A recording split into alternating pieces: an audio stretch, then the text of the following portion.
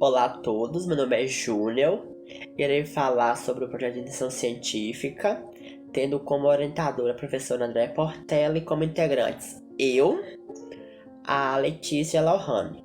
Nós três estamos cursando o curso de Design de Moda da Unacademia.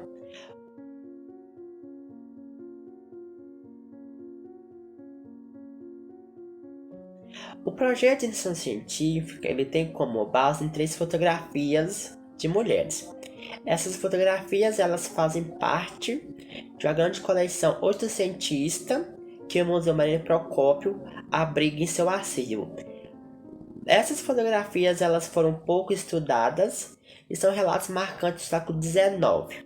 O nosso estudo será analisar essas fotografias detalhadamente, apontar elementos e comportamentos e fazer uma descrição das vestimentas que essas mulheres estão exibindo nessas fotografias. E além também da reformulação de memória e esquecimento, mostrando de fotografias históricas.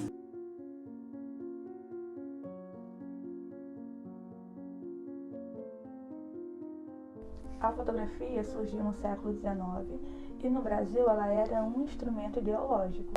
Com os avanços tecnológicos, conseguimos ver com um pouco mais de clareza fatores do passado e que mesmo se essa fotografia foi usada ideologicamente, conseguimos identificar o fator religioso, cultural, social. Por meio da fotografia conseguimos descobrir e contar histórias se superarmos o fator puramente estético. Gilda de Mello Souza usa a fotografia do final do século XIX como panorama de análise historiográfica da moda e do vestuário em conexão com seus contextos sociais e de gênero.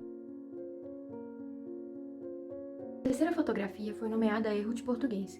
O nome é autoexplicativo. Na foto vemos uma mulher e um menino indígenas. Ambos vestem roupas que não são naturais da cultura do povo, mesmo que os povos tivessem técnicas e indumentárias próprias. Foram proibidos de se pintar e obrigados a cobrir seus corpos. O vestir se torna uma violência física e visual, marcando a imposição da visão do colonizador. Principalmente no contexto dos botocudos, grupo representado na fotografia, os enxergavam como canibais, feios e hediondos, enquanto os tupis eram percebidos como os bons selvagens que dominariam os selvagens botocudos, esses que foram expostos como entretenimento em zoológicos humanos no Brasil e no mundo. O discurso romântico sobre um indígena mítico e de um mundo desejável de se conhecer e colonizar ocultava o real extermínio dos povos originários.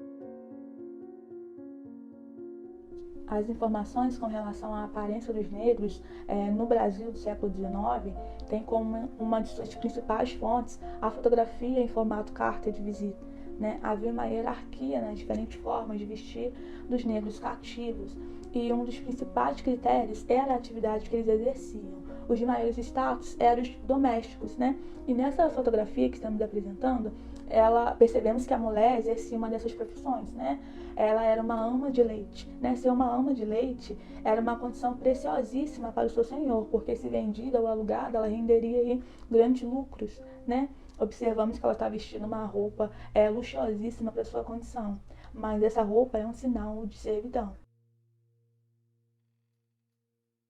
A terceira fotografia que nós escolhemos para fazer o nosso estudo e a nossa análise, iremos falar sobre a condição da mulher do século XIX, apresentando as vestimentas e as características que essas mulheres tinham que seguir e como elas eram vistas pela sociedade e seus maridos naquele período. Assim, temos um painel de observação da mulher e seu vestir no Brasil oitocentista.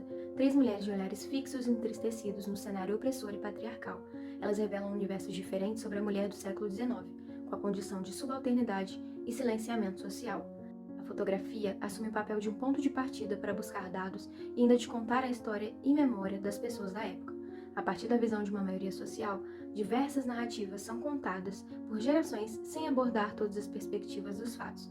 A invisibilização de minorias sociais é marcante quando se trata de um pensamento construído de forma mundial ou nacional. A memória coletiva ainda reforça os estereótipos e preconceitos, desconsiderando os detalhes de um passado e um presente ricos em cultura.